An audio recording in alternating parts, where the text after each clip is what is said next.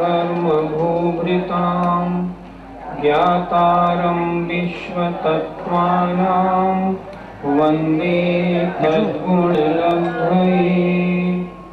देवादिदेव नेमिनाथ भगवान की जय। संत शिरोमणि आचार्य विद्यासागर जी महाराज की जय।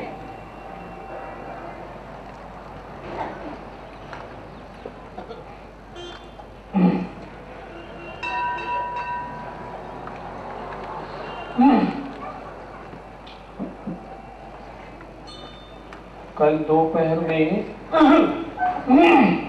जो सूत्र हुए थे उनका रिवीजन देखते हैं। पृष्ठ 33 सूत्र नंबर 31 से मति श्रुतावधयो विपर्ययश्च प्रमाण का वर्णन, सम्यक ज्ञान का वर्णन सूत्र नंबर 30 तक हो गया।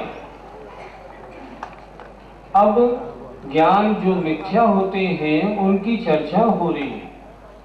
मति ज्ञान, श्रुति ज्ञान और अवधि ज्ञान ये विपर्य माने विपरीत भी होते हैं। अर्थात इनके साथ, इन तीनों ज्ञानों के साथ अगर मिथ्यात्व का उदय हो तो कुमति कुश्रुत को अवधि कहलाते हैं। सम्यक तो अगर हो, सम्यक दर्शन हो, सम्यक दृष्टि हो तो मति, श्रुत और अवधि कहलाते हैं।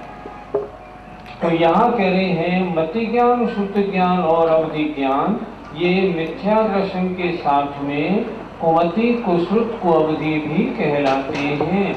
ये तीन ज्ञान मिथ्या भी होते हैं। जी जी, आपका गुणस्थान कौन सा है? पहला है तो कुमति कुश्रुत है। आपकी बात सुन के एक प्रसंग याद आ गया, बड़ा अच्छा। समय साल की कक्षा थी। ब्रह्मचारी सुनील नाथ जी जो ईश्वरी आश्रम के अधिष्ठाता थे वो पढ़ा रहे थे। पढ़ाते पढ़ाते उन्होंने हमसे प्रश्न किया, ये बताओ तुम सम्यक दृष्टि हो या मिथ्या दृष्टि? तो हमने आपकी तरह उत्तर दिया मिथ्या दृष्टि।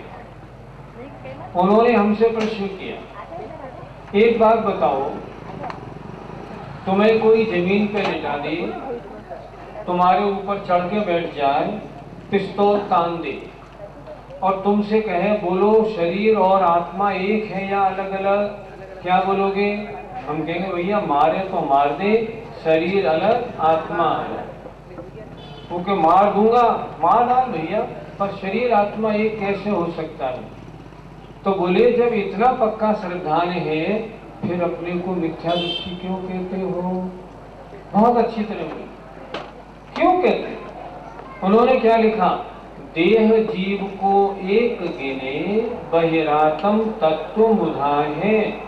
शरीर और आत्मा को जो एक मानता है, मैं तो यही हूँ, वो मिथ्या दृष्टि है। थोड़ा सा ज्ञान पढ़ लिया तो इतना तो होता नहीं कि शरीर और आत्मा एक है। अगर ज्ञान सीखा है तो, और इतना ज्ञान हो गया फिर अपने को मिथ्या दृष्टि क्यों बोले? हमने कहा ठीक है, आइंदा हम सम्यक दृष्टि बोलेंगे। लेकिन सम्यक दृष्टि बोलने से काम नहीं बनेगा, उन्होंने फौरन टोका। अब ये देखना सम्यक दर्शन के 8 अंग मुझ में है या नहीं, सम्यक दर्शन के 25 दोषों में कोई दोष मैं लगाता हूं कि नहीं, लगता है तो इन्हें मैं दूर करूं। ऐसा करेंगे पक्के सम्यक दृष्टि बनेंगे, इसमें कोई शक नहीं। चलें आगे। कौन? तो अपना कौन सा बोलोगी? बोलो बोलो। चौथा गुणस्थान है। एक प्रसंग और सुनाते हैं आपके इंदौर का, शायद आप लोगों को मालूम है कि नहीं, खबर नहीं। आपके इंदौर का प्रसंग तो इंदौर वालों को याद रखना चाहिए ना। सर से हुकुमचंद जी के पास 3 बहुत बड़े विद्वान उनको शास्त्र स्वाध्याय करवाते थे।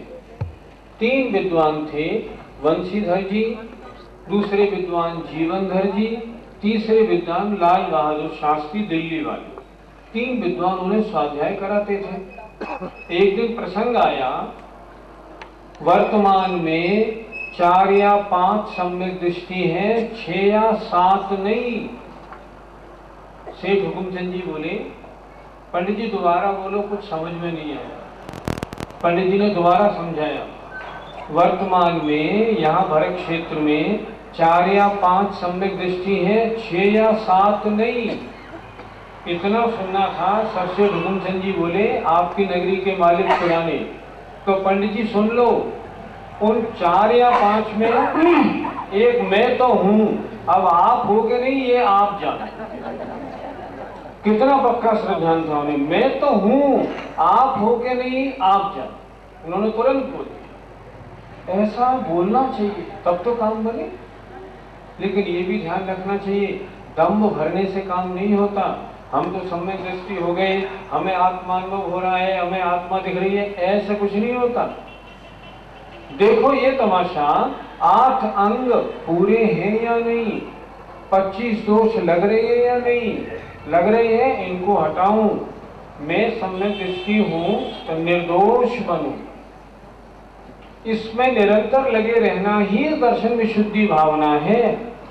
भावना माने निरंतर चिंतन रखना, और दर्शन विशुद्धि माने मेरा सम्यक दर्शन और विशुद्धता को कैसे प्राप्त हो। एक भी अंग जरा भी ढीला नहीं रहे, एक भी दोष ना लगे, निरंतर इस रूप चिंतन रखना, इसका नाम दर्शन विशुद्धि भावना हम सबको बनानी है। परिस्थिति कैसी भी हो, नारकी हो, तिरंच हो, स्त्री हो, पुरुष हो, बीमार हो, स्वस्थ हो, ऐसी भावना हमेशा रह सकती। इसलिए तो 7वीं नरक के नारकी सबसे ज्यादा दुख पाते हैं, नीचे दुख ज्यादा। लेकिन आचार्यों ने लिखा, 7वीं नरक का नारकी कोई ऐसा भी होता है जो पहला और अंतिम अंतर्मुहूर्त छोड़ के 2 मुहूर्तकम 33 सागर तक सम्यक दृष्टि बना रहता है। जब वो इतनी काटामारी में बना रह सकता है, हम तो मौज में रहते हैं, हम तो बने ही रह सकते हैं। लेकिन अभी हमारा उधर ध्यान ही नहीं है, भाई कैसे करें, अभी हमने सोचा ही नहीं। सम्यक तो होता कैसे है, फिर सुरक्षित कैसे रहता है, प्रशंसनीय कैसे बनता है, इस पर विचार ही नहीं। उसको सीख ले तो काम बन जाए। एक श्लोक कहा आचार्यों ने, अंतोनक्थ सुदीर्णम कालोथो वयम च दुम्मेहा तमलवन सिक्खी अब्बम जम जर मरणम खयम कोड़ई।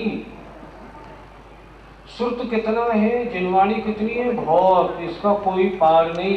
पीछे भंडार में निरे शास्त्र रखे हैं, भैया इतने हम कैसे पढ़ पाएंगे। कालो थो, समय थोड़ा, बुद्धि थोड़ी, इनका पार कैसे लगेगा। तो आचार्य कहते हैं, तमलवर सिक्खी अब्बम, चिंता मत कर, उतना ज्ञान कर ले जिससे तेरा बुढ़ापा, मरण, जन्म मरण की व्याधि दूर हो जाए, बस काफी है। ज्यादा ज्ञाता पंडित विद्वान नहीं बनना, इतना तो कम से कम बन जाओ जो मेरी जो संसार की परंपरा है वो नष्ट हो जाए, इतना तो कर लो बस।